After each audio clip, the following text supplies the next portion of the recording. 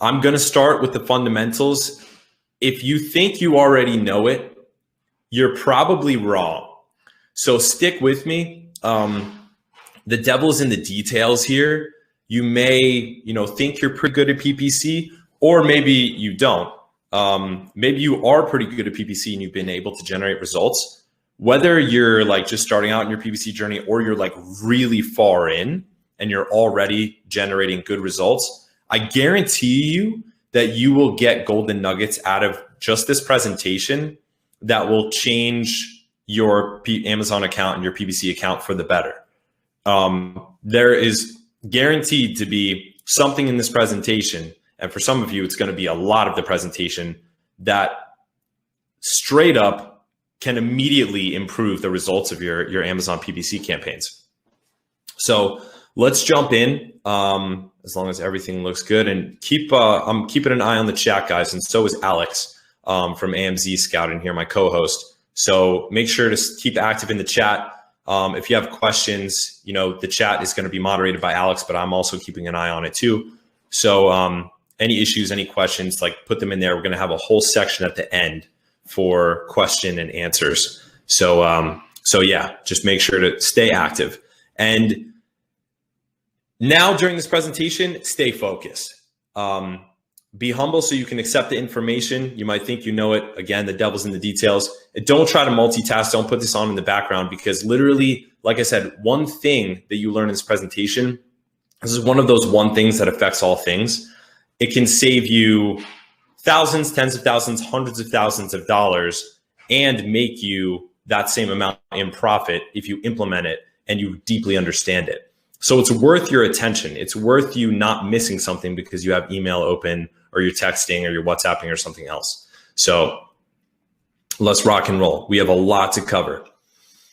So just a couple of the things you're going to learn is our exact PPC launch sequence setup. I'm going to spend a lot of time on launch and show you some real examples of some launches. I literally just picked up some ones that we've literally just done in the past couple of weeks and in the past couple of months. You're going to learn how to set up campaigns based on product lifecycle. This is a totally different way to think about PPC. You're going to learn the 7 biggest mistakes that sellers make in PPC, and I added a couple to it actually. You're going to learn how to use external tactics to leverage every PPC dollar you spend to get more back. If I have a machine where I put in $1 and it pops out $1.50, I'll do that all day, right? That's the idea. That's what we're trying to get to. And then you're going to learn how and how often to optimize each campaign and each type of campaign. And we're going to go over the 8 core campaign types and how to structure them and how to optimize each one based on 8 specific goals. This is, again, a whole new way of thinking about PPC that has evolved based on our real experience in the marketplace. But first, let me tell you my story just so you know why you should listen to me, why you should trust me, why you're even here on this webinar right now, and should trust the information that you learn from it over the next hour and a half or so. So my name is Chris Rawlings. I'm the CEO and founder of Sophie Society. We create listing content and Amazon ad management for brands. We do both the conversion side of the Amazon game and the traffic side of the Amazon game. And every one of you who has made $1 on Amazon knows that the only 2 things you need to succeed on Amazon, there's literally 2 things only, that if you have both, you can create a massive empire on Amazon. There's just 2, and each one is a single word. One is traffic, and one is conversion. If I have traffic to my listings and that traffic converts into purchases, then I have a business that I can scale to a lifestyle business or an empire with a big 8-9 figure exit. Those are the only 2 things you need. Okay, so everything relating to conversion and everything relating to traffic should be your obsession. Getting more traffic and more conversion. Now, during this presentation, we're focusing on Amazon advertising, Amazon PPC, obviously. So we're more focusing on the traffic side. But what I'm going to do is dip into the conversion side just to give you the low-hanging fruit, like the most high leverage things that you can do to make your PPC work better for you by increasing conversion in some sneaky ways. So let's rock and roll, guys. When I was a kid, I was a nerd. So I come at this game from a very different perspective than a lot of people. I was actually in the science sphere for a long time, totally nerdy, read a lot of books. I got a degree in physics when I went to school, and I thought I was going to be a physics professor. This picture is me growing up in an experimental off-grid home funded by a government grant that my dad built. So I grew up in a really, really weird way in the middle of the woods in an experimental home that was funded by a government grant. Literally every Saturday morning, I had people touring my house because that was one of the terms in the grant, that random strangers could tour the house. So I'm 5 years old and there's strangers like walking by while I'm waking up on a Saturday morning, just wanted to watch some cartoons. But I've always been a creator. So what you see here is a parabolic solar reflector that I built with free AOL CDs. If any of you are old enough to remember that. And Blockbuster, they used to give away AOL CDs for free. I would just take loads and loads of them, and I built a parabolic reflector that could set anything on fire in just a couple of seconds with just the power of the sun. That's my dad helping me there. Down here in the lower right, you see I actually installed in my car a paintball gun that could fire paintballs out from behind my bumper at super high speeds while I drove using a hidden arcade button. So yeah, super nerdy, but I was always creating things. This is some of my 3D printed art. I created the first ever Bitcoin operated beer vending machine that was going to be commissioned by Anheuser-Busch to install in Las Vegas. So you can see I'm really disconnected from this world of e-commerce, at this stage until, something happened. And I realized that in order to control my own destiny, I had to learn the art of business, and I had to learn how to run my own business, basically learn entrepreneurship. And that's what I did. And since then, I've founded 5 multi-million-dollar ventures, software, services, and e-commerce. I'm a 7-figure e-commerce brand owner. I've launched over 2,000 products on Amazon.com between my own brands and between my launch company, Judo Launch. Some of you may know. I've raised over $5 million in VC funding. That's venture capital funding from investors. I'm the co-founder of a crypto fund that did an ICO called 22xfund.com. And most importantly, I'm the founder of Sophie Society, my family, my company, my passion, my home, helping other sellers succeed on the Amazon marketplace. So this is Sophie Society. I'm very, very passionate about this, very passionate about helping other sellers succeed on this market. And the reason that I can talk to you about this stuff is between us and our partner company, our sister company, Ignite, that we partially merged with. We manage over $10 million a year in Amazon ad revenue across all of the accounts that we manage, both ours and external accounts. So I'm speaking today to you from the lab, from the experiment lab, where we didn't take this knowledge from courses or blog articles or anything like that. This is one of the rare times where you're getting the knowledge straight from the source. We have a playbook that we created inside the company that we don't share with anybody. It's a secret playbook. It's very, very long, and it contains all of the hypotheses and experiments that we have and that we've run on our accounts. And some of this information is gleaned from that. So you're kind of getting a peek into, our secret playbook for the paradigm that we use, and the structure that we put on campaigns and the strategies and the tactics and the whole school of thought behind it, in the way that we get the results that we do. And we wouldn't survive if we didn't get these results. So we learn not from, some course or school, but from the school of hard knocks, where if what you're doing doesn't work, you're dead. That's where I get my knowledge. That's where we get our knowledge. So everything I'm going to tell you today is from that perspective. This information is gleaned from the lab, not from someone else. So you can trust it, is the point. These are the 2 things Sophie Society does and some examples. So we create Amazon listing content. This is an EBC that we created. We're going to touch on that really briefly later. And Amazon ad management, the 2 sides of the coin, traffic and conversion. Okay, we do both. Real quick before we jump in, I'm going to do a quick history of Amazon advertising, because when I started advertising on Amazon in 2015, it was way different. So simplistic. You could literally, I think $10 was the max budget that you could even do. And anybody could put up their product on sponsored search, and you could get really cheap purchases. Like, it was just a field day. And every new advertising platform is like that. I remember when Facebook first launched, everyone was saying, oh, it's the cheapest advertising ever, Google too. And then it matures. And so what happened is Amazon advertising was actually launched in 2012, believe it or not. 2014, it was still quite basic, but starting to be adopted by sellers. In 2015, like I said, is when I got into it. By 2017, Amazon had really matured the advertising ecosystem, introducing display ads, video ads, sponsored products. And 2019, it got sophisticated and it became non-optional. Brands had to use Amazon PPC if they wanted to play the game at all. Now here we are in 2021. And even though I know that Amazon advertising is still in its early days, broadly speaking, if you zoom out, it's so much more sophisticated than it used to be. And that's why companies like Sophie Society exist, because now it's to the point where someone has to figure out how this thing works. And it's actually a specialty skill. And I'm going to teach you guys, the framework to use when you're thinking about this skill. So getting more of the fundamentals out of the way, here are the Amazon ad channels you need to worry about. Sponsored products, sponsored brands, sponsored video, which is part of sponsored brands, but I split it out because it's important. Sponsored display, Amazon DSP, audio ads, and then storefronts, posts, and Amazon Live Video. These are just free ways to advertise on Amazon that all of you guys should be utilizing, because Amazon has been very clear that they're going to put more and more emphasis and more support behind platforms like this that increase branding, not just product focus. So sponsored products, you're advertising a product. Okay. This can be either in search or it can be in other listings. Sponsored brands, you're advertising the brand, which can also include a subset of the products. This can show up again in search, at top of search, or it can show up in the listings as well. Sponsored video, again, shows up in search or listings, but it's a video.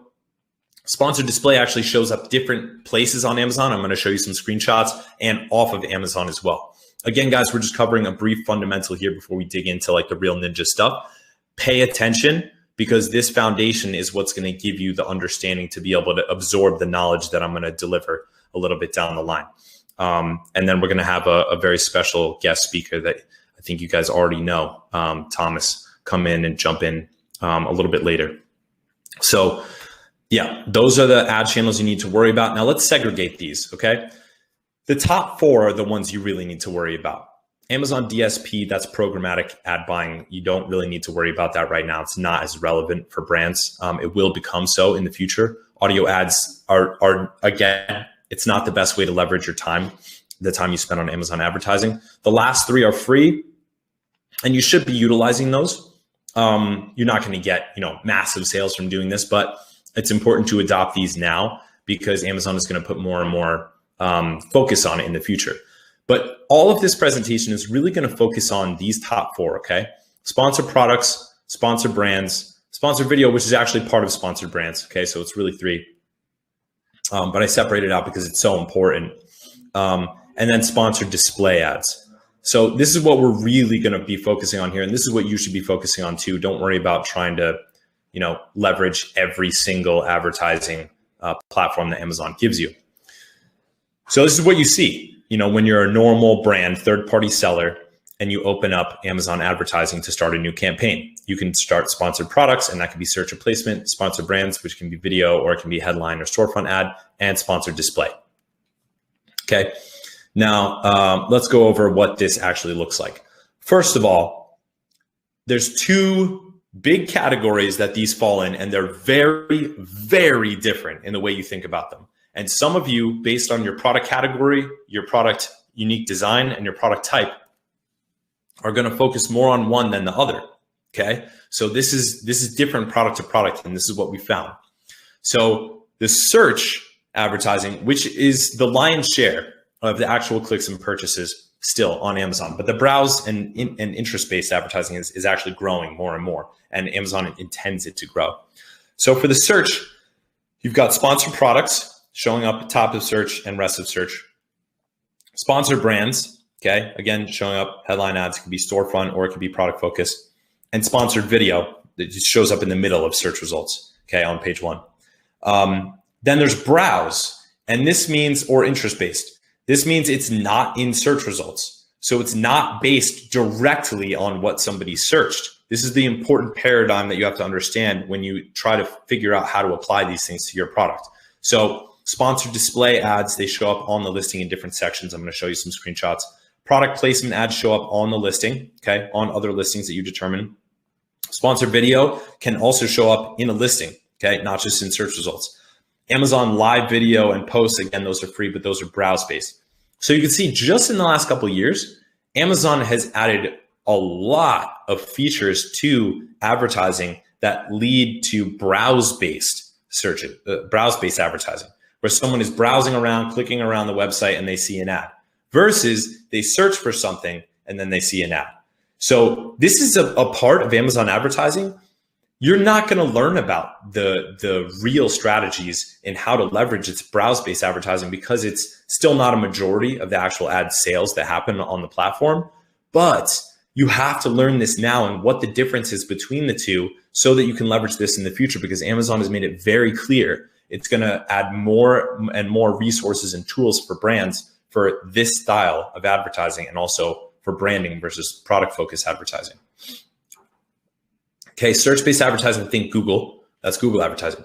Browse-based advertising, think Facebook. So what do you see in the difference between the products and services you see advertised on Google versus the products and services you see in on Facebook?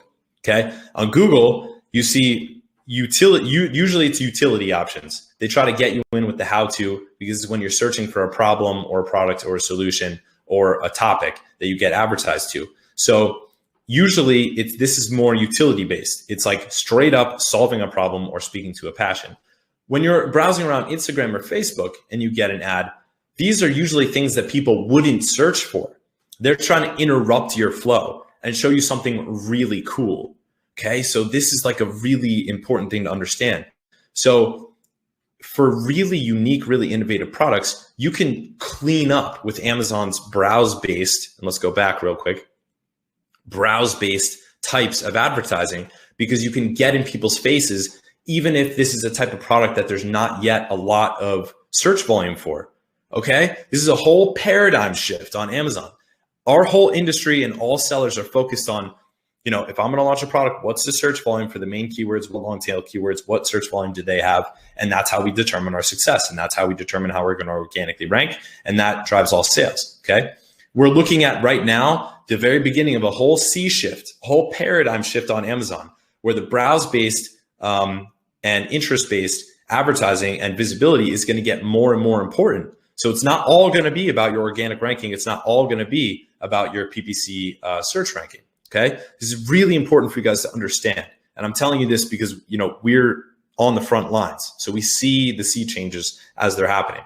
So I'm going to show you a couple screenshots and then we're going to actually dive in, okay, to the real nuts and bolts content here. So sponsored brands, that's what you see at the front here. Okay, this is a headline search ad that features products. You can also have a storefront feature. Sponsored products, you see down here in the search results, okay? So what I searched up here, you can see natural toothpaste. You can see that in the upper left-hand corner here. And you can see that there's a sponsored tag on these. I'm assuming most of you know this. I saw a question in here, what is Amazon PPC? PPC stands for pay per click. Okay, so that's just Amazon's advertising platform. We use it as shorthand for Amazon advertising. But I think a majority of you probably already know that, and you know where these ads are showing up. Sponsored video, it shows up in the middle of search results, okay? It can also show up on listings. So it can show up on listings for browsing behavior, but most of your views are gonna come from the middle of search results. You search something, in this case, we're still in the natural toothpaste search, first page of search results, and we see the sponsored video. It'll autoplay with no sound, you can click for sound. That's how sponsored video works, and it actually shows the thumbnail of the listing as well. Okay, these are product placement ads. Okay, so this is also inside sponsored products, not sponsored brands, but you're using product placement instead of search. So this isn't in search results. This page you're looking at is actually a listing. So you're seeing these product placement ads. These are other listings that are advertised on a listing itself.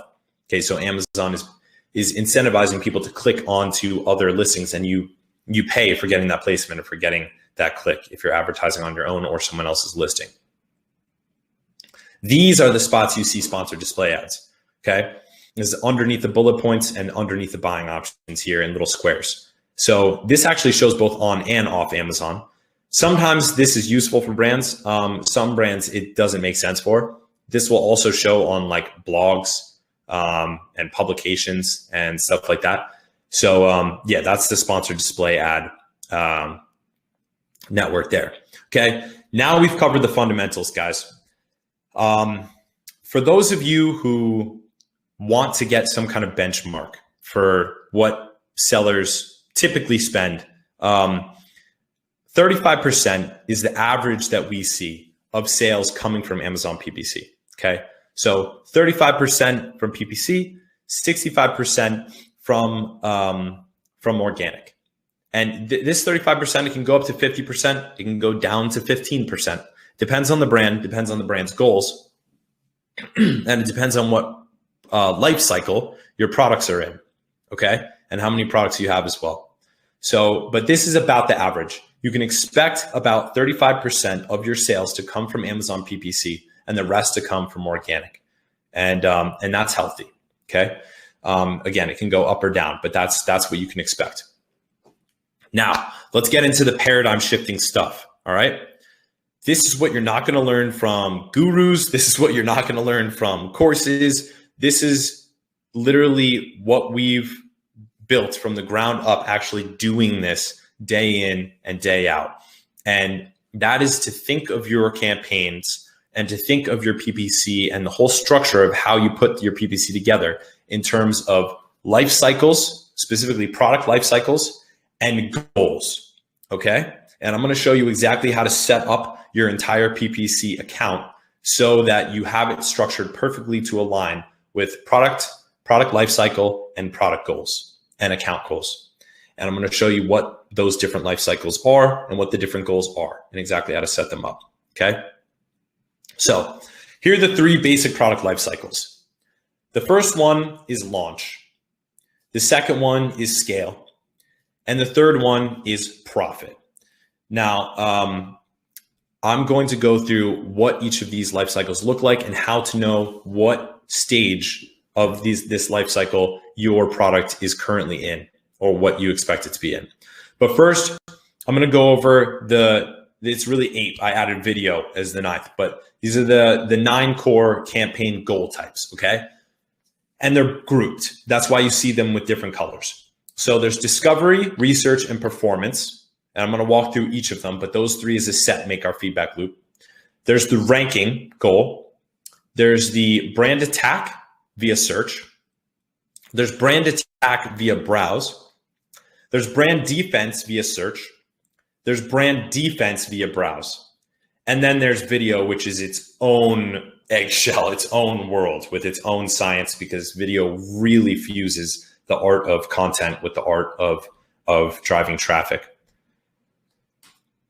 Now, here's how you apply this framework of product lifecycle and campaign structure into how you structure your actual ad account. So your portfolio and campaign structure should reflect this. 1 portfolio for every product, 1 campaign for every goal. Now, if this is a lot of words to you so far and you're not quite following, don't worry. I'm going to show you guys screenshots. I'm going to show you guys examples. All right. I'm going to lead you through, hold your hand on how to set this up and then what to do once you find out what life cycle you're in and what goals you have and what goals you want to set up. Okay. So here we're looking at a Amazon ad account. A lot of you guys will recognize this. This is your dashboard. On the left, you have your portfolio, okay? On the bottom, you have your campaigns. Portfolios equals products. You have 1 portfolio for each product, period. Never have more than 1 product represented in a portfolio. Never have a product represented in multiple portfolios. Every campaign you set up for a product should be in that product's portfolio, okay? No campaigns for a product outside its portfolio. So this is how we start to get data back that actually allows us to make real good decisions in Amazon PPC, is by having good setup and good campaign structure and portfolio structure. So every portfolio is 1 product. By the way, if the product has variations, they all go in that portfolio, unless they're drastically different and they really shouldn't be variations, but you're doing it to hack Amazon. In that case, then they would be different. But in general, all your variations, they're going in 1 portfolio. And these campaigns equals goals. So if I click in a portfolio, which represents all the campaigns that I have for a product, I should see each campaign representing a goal. So one of those 9 goals I laid out, one campaign per goal. So again, you don't want to have different goals in one campaign, or a campaign, with a bunch of different types of campaign structures in it. You want to have a clean, good setup so that you can get the data you need to make good decisions in your Amazon account. Is one campaign per goal. Okay. Now, each goal, like I said, is represented by a single campaign. And we're going to start off by explaining the first 3. So these first 3 represent the feedback loop set. This is the foundation of every product portfolio. So every product has these 3. The other ones you swap in and you swap out. This is kind of the foundation. All right. And I'm going to explain how these 3 campaigns work and how they feed each other and how they feed into each other. And I'm also going to lay out for you exactly how to structure these during a product launch. But first, let's talk about how these 3 work. Okay. So the discovery campaign, the purpose of that is to find new keywords, that we can dive deeper into. So we're out there with our tendrils. This campaign is an auto campaign from Amazon.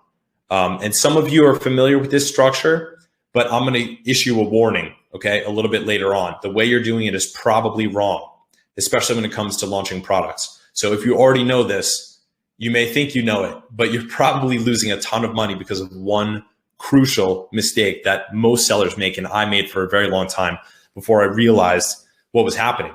And we changed our structure. So discovery is where you see what keywords to look deeper into.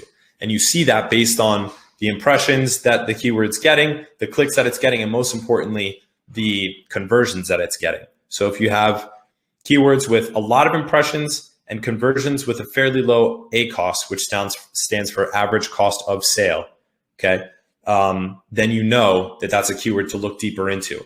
Those keywords that you determined from the discovery campaign, which is all about data gathering, not about performance, go into research. So the discovery campaign, like I said, that's an auto campaign. Now, behind on my text here. There we go. So auto campaign. And then the keywords that you identify with high potential, you move them into research. And when you do that, you are essentially finding out what specific search terms in that keyword you want to target. So discovery is an auto targeting campaign where Amazon targets what it thinks you should target. Research is a broad match campaign. This is one of your match types. And that's where you input a keyword, and Amazon can use that, and not just in that order, but it can put other words in front or behind it in order to find out what specific search terms. So a keyword represents, a keyword that has multiple child variations to it, right? That whole thing is considered a keyword. A search term, that's a very specific term. It could be one word or multiple words, and it's exactly that. So when we talk about a search term, that means it has to be typed in exactly that way. When we're talking about a keyword, that means, if I'm talking about phone stand, there's a family of keywords of search terms that fit into that keyword. Okay, so like mobile phone stand, Android phone stand, Apple phone stand, those are all search terms within that keyword. So we load that keyword up in broad match type in research. Okay, then we use that to identify the high performing specific search terms, and we add those to a performance campaign. The only difference between this formula that I'm laying out for you right now and what you do during launch is in the launch phase, you're not going to use discovery campaign. Do not, with a new product launch, use auto targeting from the get-go. Amazon has no sales data yet. They don't have anything to go off of, and they're going to waste a ton of your ad spend. This is the mistake that I told you guys about. So in the first week to 2 weeks of a launch, and I'm going to go deeper into this later on, use just research and performance. How do you do that if you don't know what keywords because you haven't gotten them from discovery? Well, you're going to load them from your keyword research. And I'm going to show you guys later how you can do that using AMZScout. So the performance campaign, this is exact match, not broad match like research, but exact match. And what you do with this campaign is you monitor and adjust the bids over time. So these are proven search terms, exact search terms that have proven themselves through the discovery and research campaigns to have really high performance, okay? And you're gonna adjust the bids up or down based on the performance and adjust the budgets on these based on their performance on these keywords, on these search terms, excuse me. Now, a key element here is that when you start getting data back from your performance campaigns, as soon as you input the search terms into your exact match performance campaign, you're gonna negative exact match it in your discovery and research campaigns. That means that it won't show up in discovery and research, that exact term. So negative exact match means Amazon will not advertise in these two campaigns that exact search term. The reason you want to do that is because if you have your ad spend split between discovery, research, and performance, it makes it, your campaigns are essentially competing with each other, and it makes it harder for you to get good data out of how those search terms are performing. This keeps it nice and clean. Okay, you can click in there and see exactly how much that search term is producing for you, because you know it's the only campaign that has it, because we've identified it as a super high performer. Okay. Right on. Now, the fourth type of campaign, it's a fourth type of goal, sorry. So the first three, as a recap, this is called the feedback loop. We have discovery campaigns, then research, discovery campaigns that find new keywords, research campaigns that take those keywords and they pull out the exact search terms that work well for us, and performance campaigns where we put those exact keywords with exact match targeting and then monitor and adjust over time. And we allow those campaigns to get age, because age matters, and age, Amazon actually takes age of campaign into consideration for your placement and your visibility. All right, a lot of people don't know that. So let's go into the fourth type of campaign. Really important. A lot of sellers don't segregate out their campaigns by goal. They might have these other goals. They might do PPC because they know it affects their ranking, their organic ranking. Okay. Again, I saw this question in there. What is organic ranking? Organic ranking is when a customer searches a term in Amazon search bar. Organic ranking is how far down you show up. Okay. So the first product is ranked 1. The second one is ranked 2. And, you know, we all know that the higher we rank for organic search term results, the more sales we're going to get. This is a really key part. Okay. This has now become one of the most important, if not the most important goal that you should be concerned about achieving with your PPC. And this is why most people are measuring the results of their PPC completely wrong, by being obsessed with ACOS, their average cost of sale. Okay. There's a different metric and a different set of KPIs that you need to measure when you're trying to rank. And the reason we segregate our ranking campaigns out is so that we can measure this effectively. You know, for these campaigns, for these performance keywords, we're trying to get a low average cost of sale. We're trying to pay the least amount possible for the most amount of sales, right? And so we're trying to get our ACOS lower. For the ranking campaign, we're not measuring the ACOS. That's not what matters. For the ranking campaign, we measure it by the net loss or the real spend versus the ranking gain that you get. So you should have an estimate based on the tools that you use, like AMZScout, what it's worth to you to rank at different placements in for your top search terms. If you know based on your research using Chrome extensions and the tools available to you that ranking 5th will make you $80,000 a month, as long as you stay 5th for that search term based on all of your research of the competition and of the entire marketplace. And all of the keywords, all of your main keywords, then you know what you should be able to spend to get there. So what you're measuring for the ranking campaigns is the net amount that you spend. That means the amount you spent on the ads plus the amount you spent on the product, okay, going out. So it's basically your net loss. It's the opposite of what your net margin would be. It's your net margin, but it's negative when you're talking about ranking campaigns. I rarely ever, if ever, see ranking campaigns that are also profitable.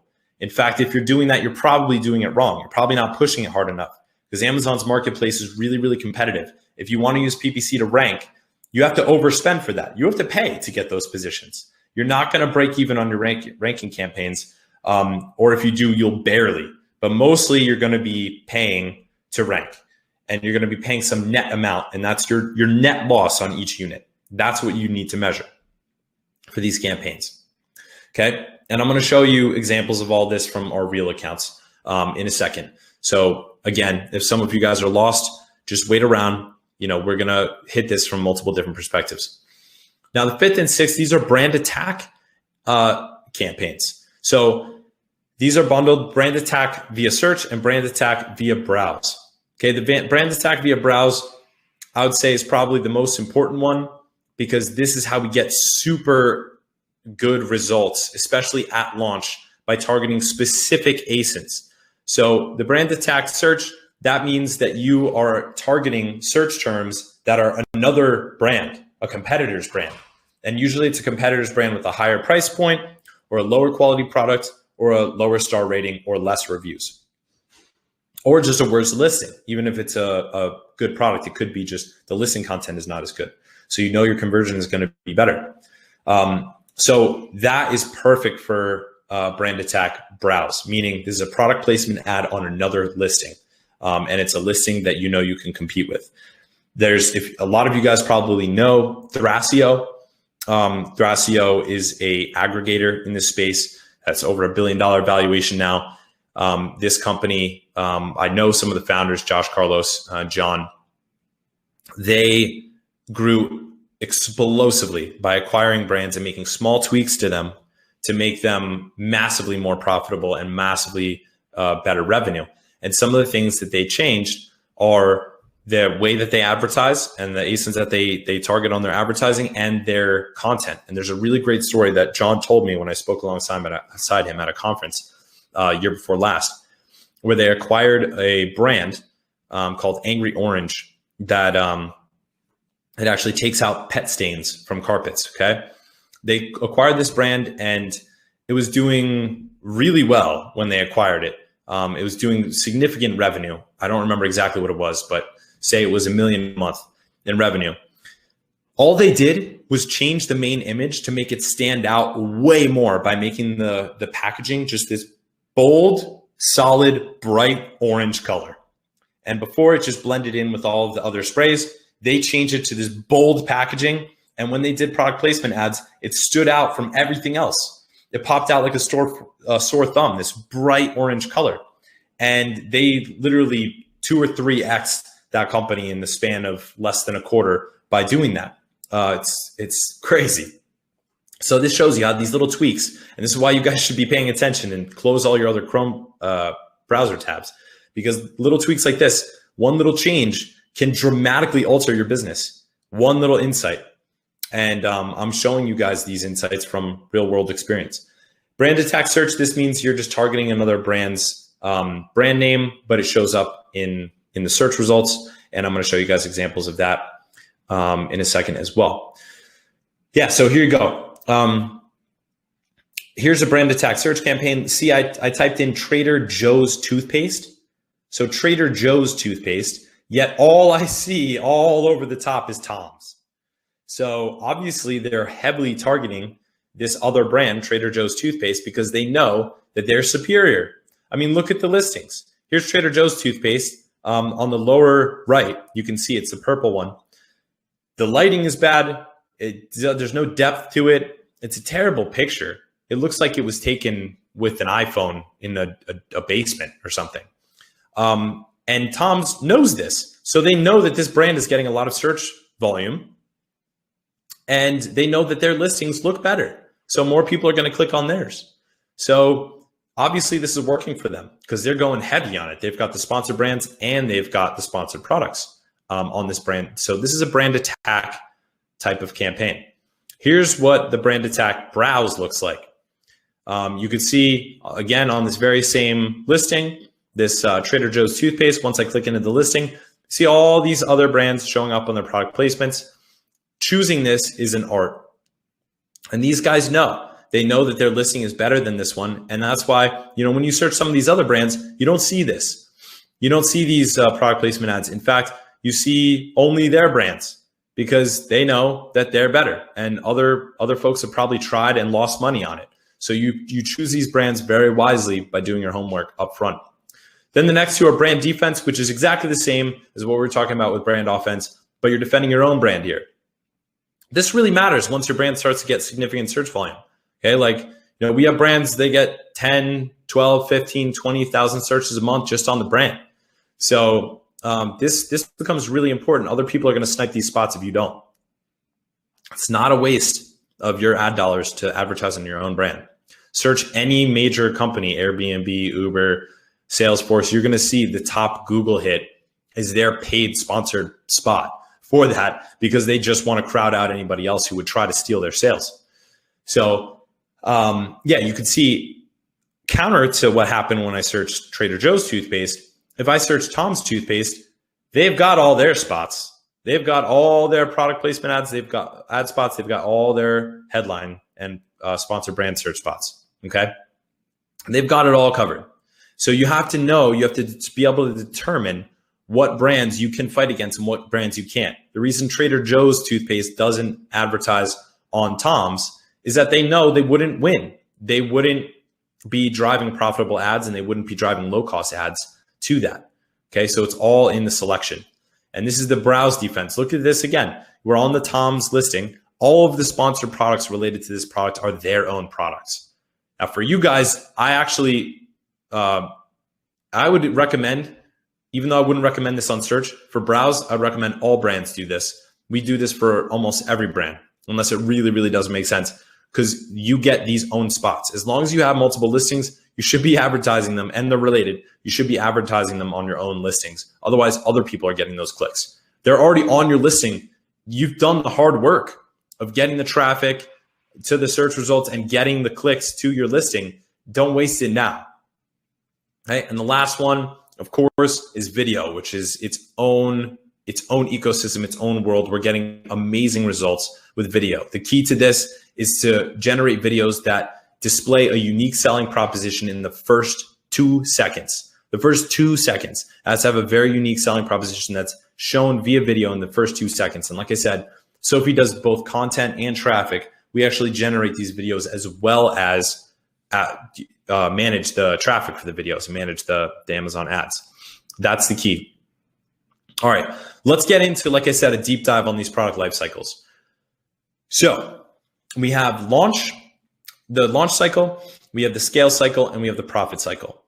How do you know if your product is in which of these life cycles your product is in, life cycle stages, and what to do once you know what life cycle stage your product is in? Let's dig into it.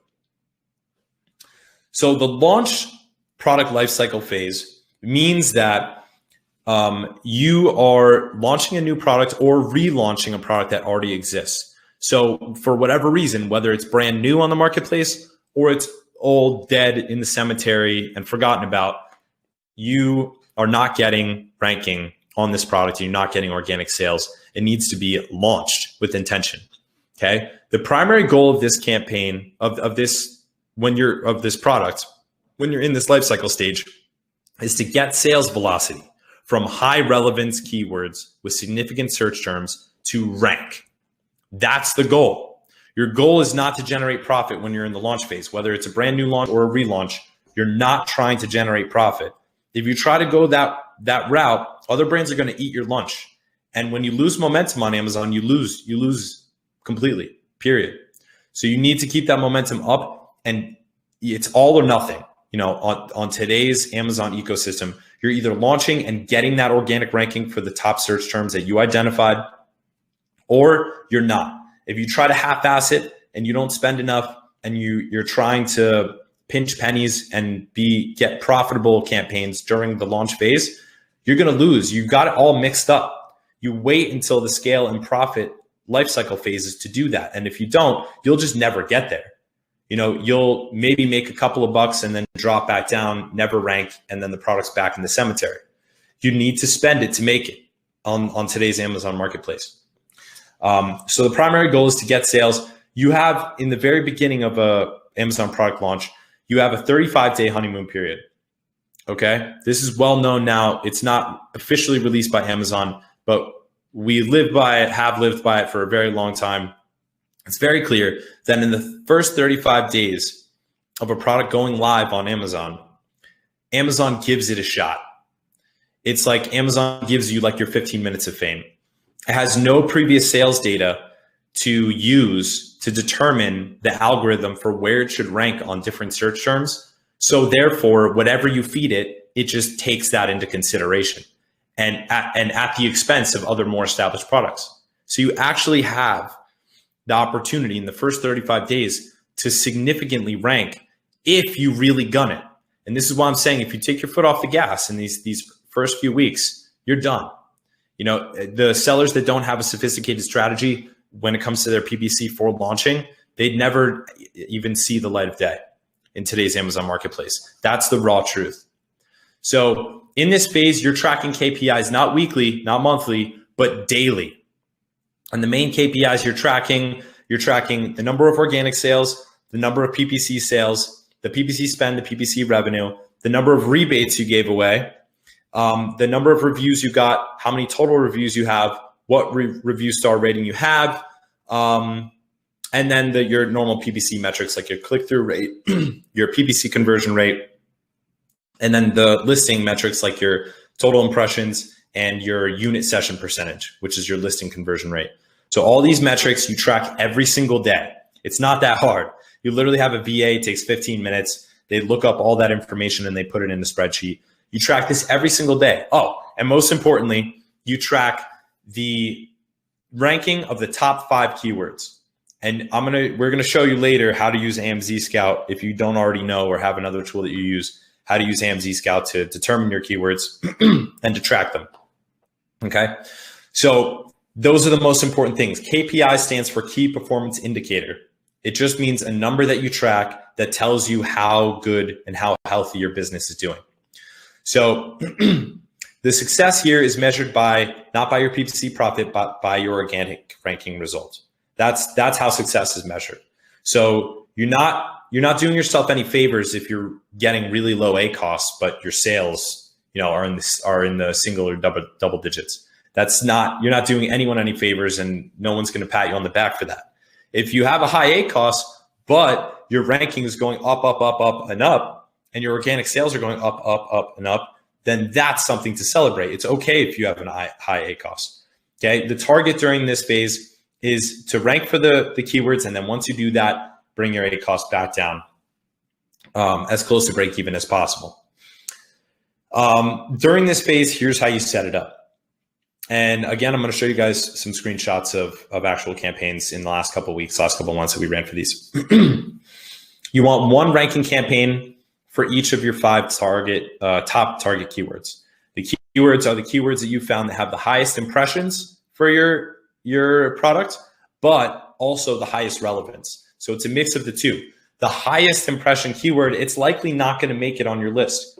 If I'm selling vitamin D supplements, the term vitamin D probably won't make it on my list because that's a super high competitive keyword where everyone's losing money to rank on that because there's literally hundreds of thousands of searches per month, not tens of thousands. But if I have chewable vitamin D for kids, then that keyword is high relevance for my specific product and my specific customer avatar. And it still gets significant search volume, maybe not 300,000 searches a month, but maybe it gets 20,000 or 30,000. Still great search volume there, okay? Or even 10,000, still lots to profit off of with that type of search volume. So you're gonna have one ranking campaign for each of your top 5 target keywords. Again, don't put these in separate campaigns. For your top 5, you're actually gonna use separate campaigns for each one. And there's a reason for this, and the reason is to make it easier to measure and to not bundle it in with your performance campaign, which is more about optimizing for profit and optimizing for margin and sales velocity. These are specific campaigns that you need to measure exactly how much you're spending on each individual keyword in order to know what your net loss is to rank for that keyword.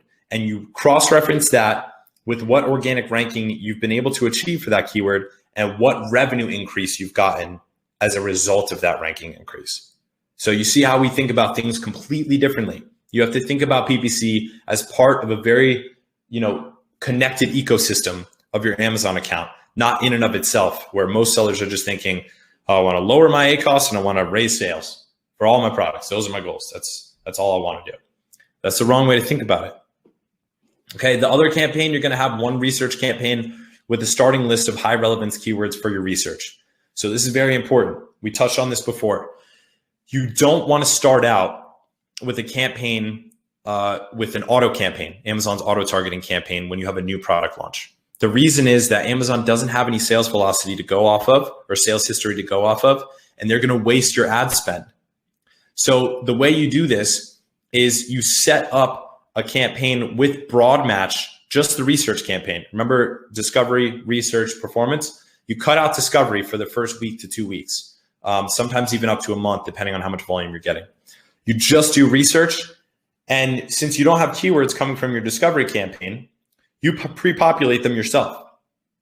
And you pre-populate them with a list of 40 to 200, sometimes more, broad match keywords from your keyword research stage.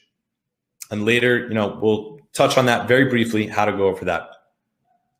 Then you're going to have one performance campaign, okay? And then later on, one discovery campaign using auto-targeting, but again, only like 7 to 14 or more days down the line once you've already gotten sales history for Amazon to go off of. Even this one tip, guys, can save you thousands of dollars on every product launch you do. You're going to see way, way better ACOS in your beginning campaigns if you don't start out with auto-targeting and you start out with your own targeting, because you know off the bat, based on your own research, what keywords are relevant. Amazon doesn't know yet. It's all algorithmic. There's no people going back there and deciding what keywords to target for the auto campaigns. And then you're going to have one product placement ad targeting products that are lower quality or worse rating, exactly what we discussed in the brand offense, brand attack section of this presentation. Here's an example of what daily KPI tracking looks like. You can see, there are these metrics. I know they're too small to read. I'm just giving you an example of what this looks like. So you have each row is a day. Okay, this is the date. And then these, green days are just representing new weeks. So each of these spaces between the blue rows is a new week. And there's 7 days in each week. And for each of these days, we have all of the metrics filled in here. Number of sales, number of organic sales, number of PPC sales, amount of PPC spend, the conversion rate. But then most importantly during the launch is this part on the right, okay? These 4 columns. This is the organic ranking for your top 5 search terms. In this case, we chose 4, okay? So these are our top 4 search terms, and we actually have this programmed with custom formatting so that it changes color the closer it gets to 1. So the more red it is, the further away from top of first page ranking it is. And the more green it is, the closer it is to a number 1 ranking, okay? So you can see during this launch, you can actually see it working. Week after week, we're getting less and less orange and red and more green. Every single week is more green than the last week. And this is a great way to do it because this visual gives you a visual understanding of how your launch is performing, okay? Now we're going to go over what I was talking about and why so many sellers are measuring the wrong thing. So this is ACOS versus tacos. Freaking love tacos. Probably my favorite food behind sushi. ACOS is your ad spend divided by your ad revenue. Simple as that. So if I spent $30 and I made $100 in sales, my ACOS is 30%, 30 over 100. Your tacos is your ad spend divided by your total revenue. Okay, so in the same case, if I spent $30 and I made $100 in ad sales from those $30, but including my organic sales, I made $1,000 in organic sales, and I still spent that $30 in ad spend to make 1,000 total sales, including my organic sales and my paid sales, then my TACOS is 3%. Okay? This is really important to understand. I know a lot of you may know this, but a lot of you may not or not be paying enough attention to it. So TACOS is true average cost of sale. ACOS is average cost of sale.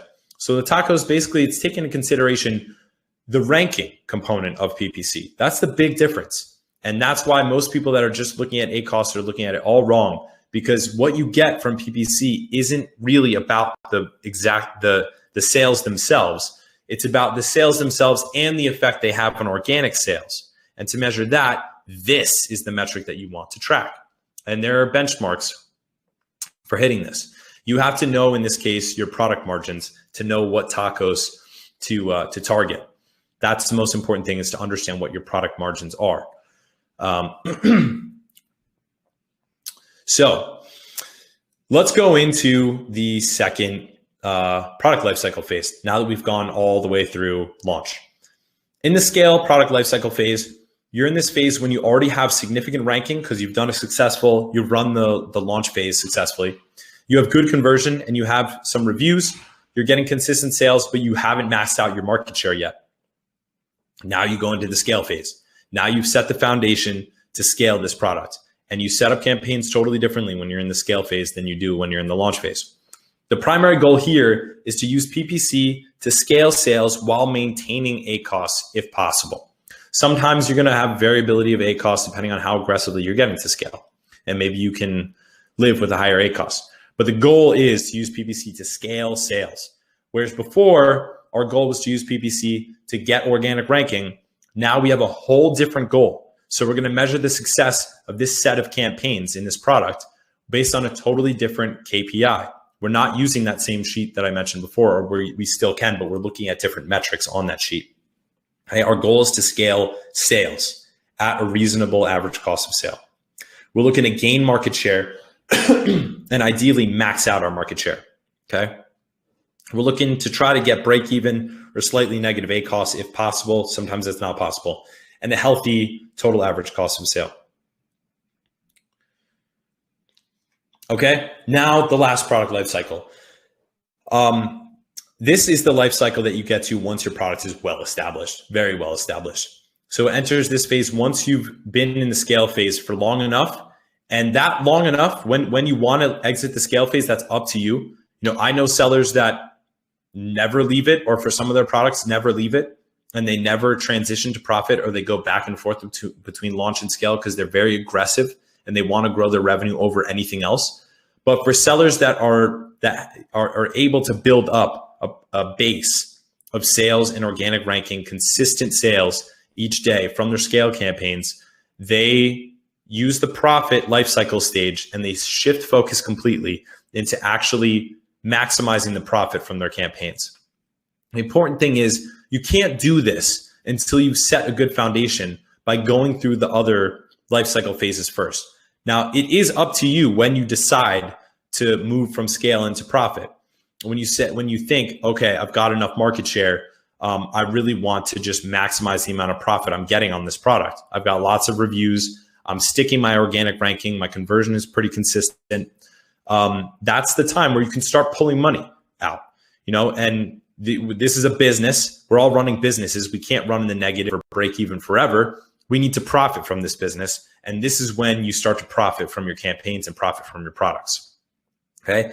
You enter this phase when the market share has been mostly maxed out, or in your opinion, you're ready to max it out or to call it. And you're targeting lower ACOS under your margin percentage. So if your ACOS is over your product margin, which is, you know, the net amount you make per sale, then you're not running profitably. If it's under your product margin, then you are running profitably. It's as simple as that. You use rank campaigns still for products that are in the profit lifecycle stage, but not as much. You only ramp them up if the position starts to drop. Again, your idea here is to minimize ad spend while maintaining your spot. You know, you want to stay on the mountain for sure. If you take your foot off the gas too much, you'll start rolling back down the hill and lose your ranking, lose your momentum. But you keep your foot on the gas just enough to pull as much profit out of these products as you possibly can while maintaining your spot. That's how to think about this. And it's important to know and be real with yourself what stage your products are in. And they can move between stages. It's not all totally linear. The ideal case is you go from launch to scale to profit. But a lot of times you'll go from launch to scale, back to launch, back to scale, up to profit. Then you run out of stock. You have to launch again, then go back to scale briefly before hitting profit again. A lot of times you're going to jump around these product life cycle stages. Okay, so as promised, let's get into some examples. I pulled out some examples that are very recent, and I pulled out examples at different scales of company so that I could relate to as many of you as possible, or in different stages in your Amazon journeys. Okay, so here's a launch lifecycle case study. This launch was executed on the 19th of May. Okay, so now it's the 27th. This is extremely recent. All right, now you can see started off with a really high ACOS, and then we optimized it, and the ACOS dropped dramatically. All right, it rose a little bit, but it stayed down here, pretty much plateaued at quite a reasonable ACOS. Okay, for a launch, a lot of times during the launch phase, you're going to have high ACOS. You can have an ACOS that can be 100%, 150%, 200%. It depends on how aggressive you really want to get to gain those ranking results. So phase one of this launch was good keyword research, analyzing the competition, using relevancy filters in our keyword research tools. And again, we'll specifically show you guys how to do this in AMZScout as an example later on. We ensured the keywords were in the listing. We ensured the listing catered to the avatar related to the keywords for the high relevance. And then, so we had a really good foundation for the launch. Phase two was collecting data. We collected data originally at a high ACOS, 100 to 200%, while maintaining a reasonable budget. And you can see we got it way down after that. So it peaked up there, but we got it way, way, way down after the data collection phase. And then the last phase of this launch lifecycle was optimizing and launching the auto campaigns. So again, we didn't launch them at the very beginning because Amazon would have just wasted all our ad spend on random keywords because it doesn't know its target. We preloaded our research and our performance campaigns, and then later we turned on the auto campaigns. So we used an optimized feedback loop campaigns and increased sales while decreasing ACOS. So this is an optimal launch, a successful launch. Our sales are up, and we were able to get our ACOS back down to something reasonable. All right, here's a launch going into a scale case study here. So in this case, our goal was to gain market share. Now this doesn't always happen, but we were actually able to hit a very low average cost of sale during the scale phase, which that's actually, I wouldn't say rare, but it's a win when you're able to do that. A lot of times you're able to maintain a healthy or reasonable ACOS, but not get down to something as low as this. You can see it's 15% is the ACOS we were able to get to at average over this scale phase. But the sales, you could see, went up. And that's the main thing. Even if we had to maintain a high ACOS based on the aggressiveness of our bids on these keywords to get these sales, it would have been reasonable. But we just did a really good job on this, and we had a good product and a good listing to work with, and we were able to keep the ACOS down while increasing the sales. Yeah, so you can see just under a bit under $100,000 here.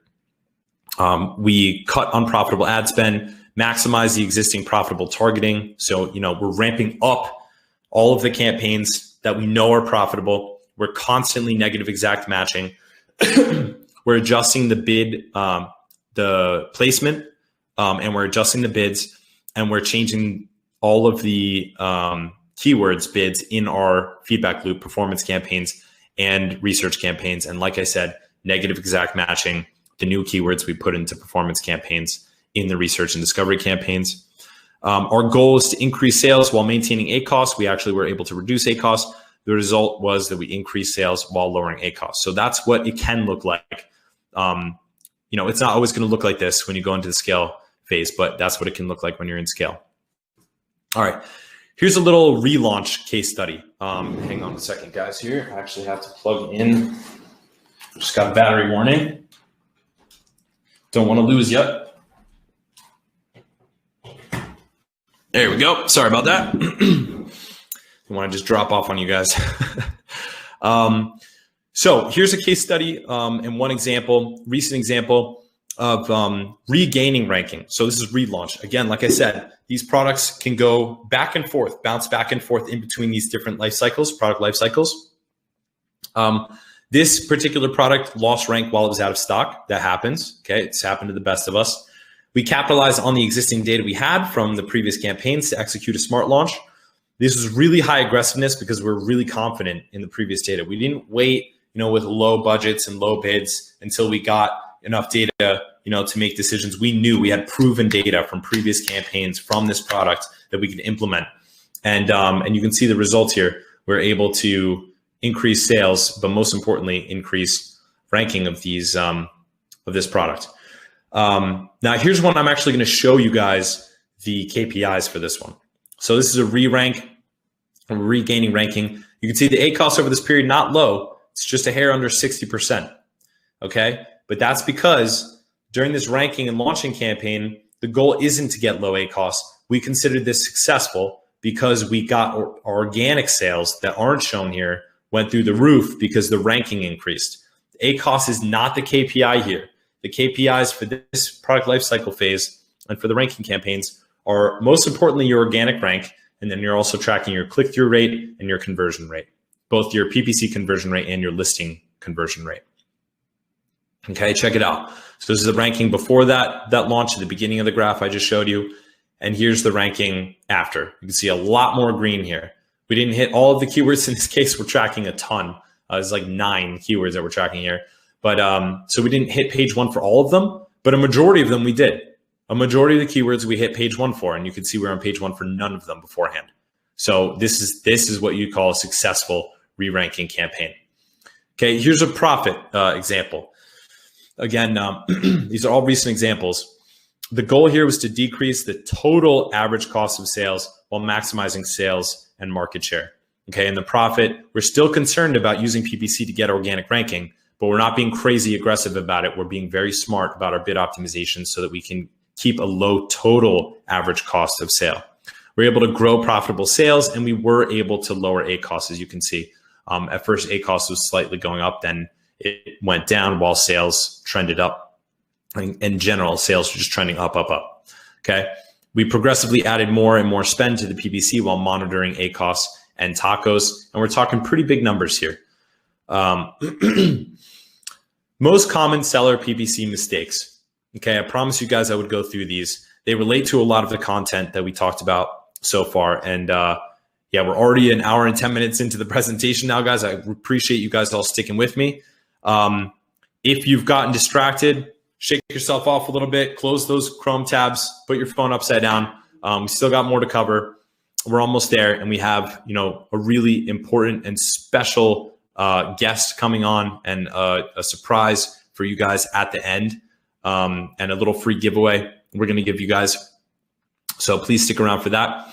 The top 7 mistakes that we see with sellers that come into our ecosystem and want us to manage their PPC or get an audit from us to see what's happening on their PPC.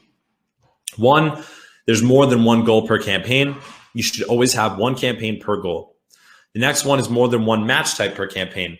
Again, it helps you get, the more segregated you get, the more you can pull out data insights that actually matter to the decision-making in your business, both in your Amazon PPC and outside of PPC, just in your Amazon business in general, and even insights that affect your off Amazon performance. Okay. The third biggest mistake is no product targeting. When people ignore this, you're really missing out. Especially, you saw the example we showed with Tom's and Trader Joe's. There are always products like that you can get onto.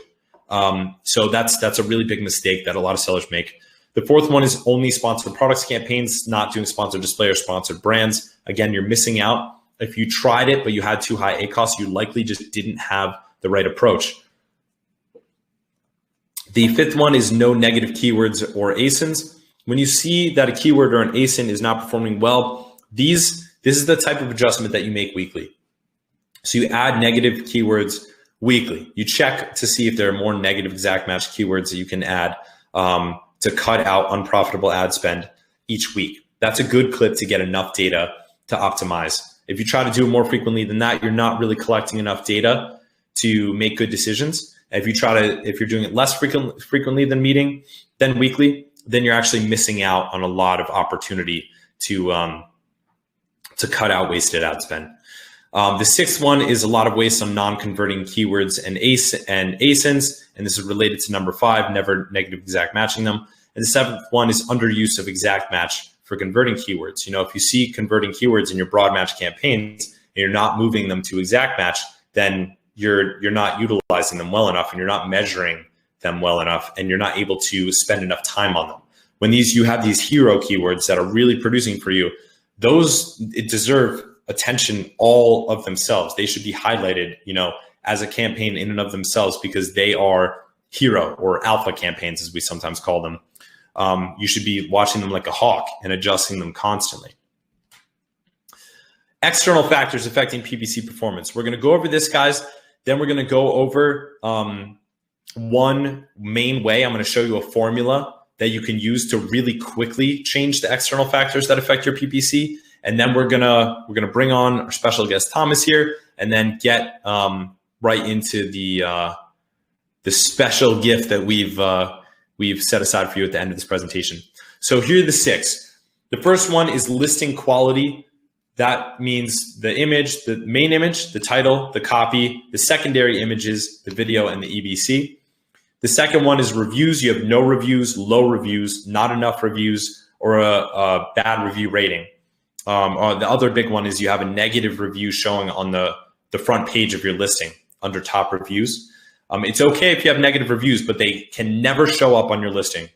They should show up if people click them in the reviews, but if they're top rated, get them off of there, okay? Get them off of there. The way reviews are top rated is by how many helpful votes they have, So yeah, that's all I'll say on that. Make sure that one way or another, you don't have negative reviews on the front page of your listing. The third one is price. If you're priced too high, like way out of the ballpark, you don't have to be the lowest price. But if you're way outside the ballpark and you can't justify that based on the product quality or differentiation or unique selling proposition, then that's going to hurt your PPC performance significantly. The fourth one is product design. Okay. Now, this is a really hard one to fix. If you have an issue with product design, obviously you have to go back and start all over, nose to the grindstone. But I was just talking to a seller this week who had a very simple design change that sets her apart dramatically from the rest of the market. It's pretty cool that she's now looking to implement that will dramatically impact her conversion. I did this multiple of my brands, but with products that are already on the market, making design changes, sending in new inventory, and then advertising those product design changes. So you can change it and you can do simple tweaks. Product demand.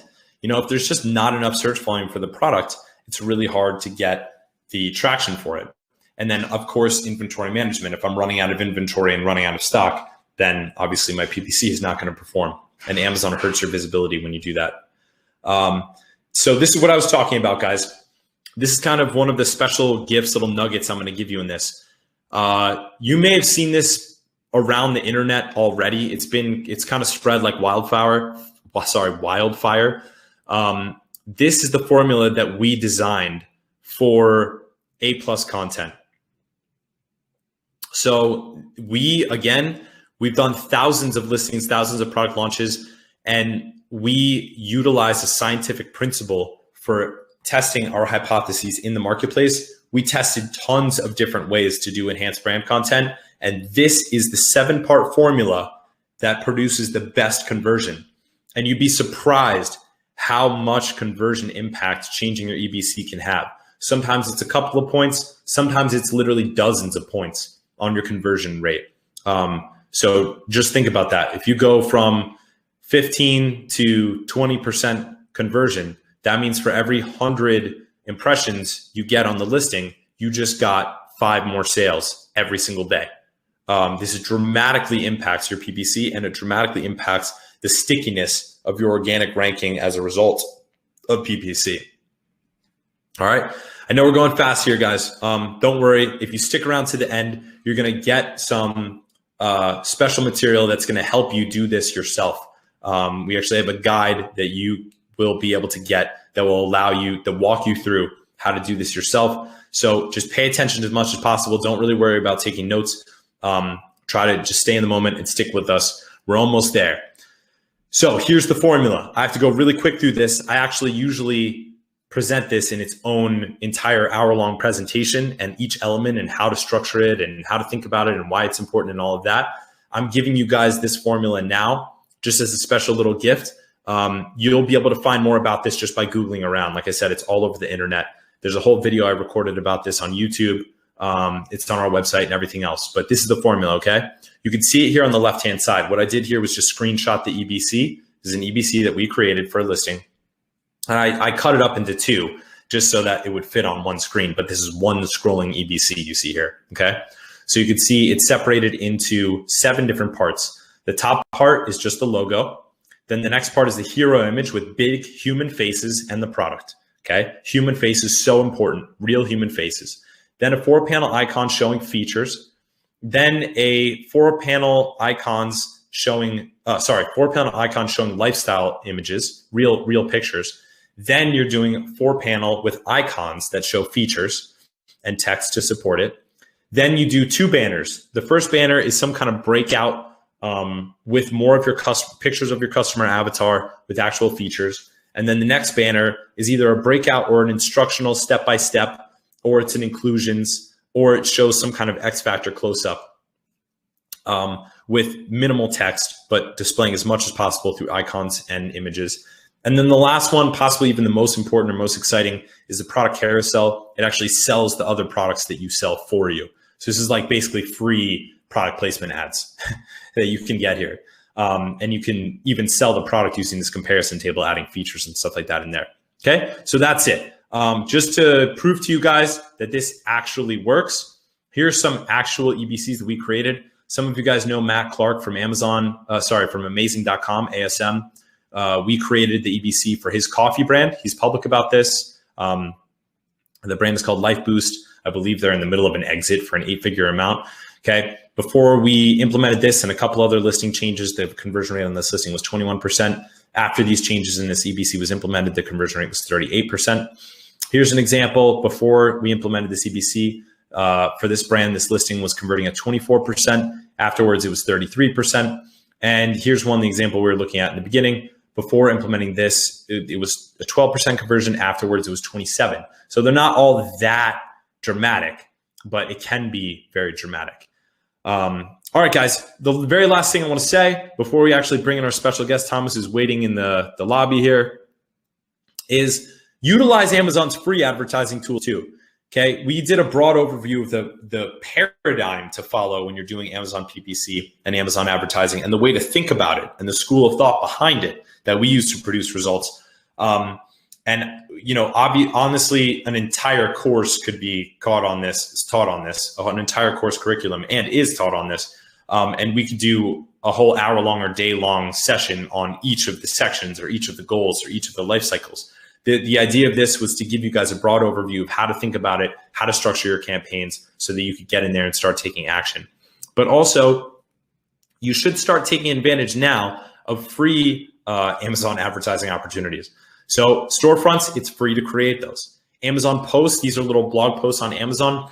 I know sellers that are creating 50 a month and they're starting to get significant traffic from it. It's still pretty hard to judge and attribute the sales to the posts, but it's very clear that it's actually producing results.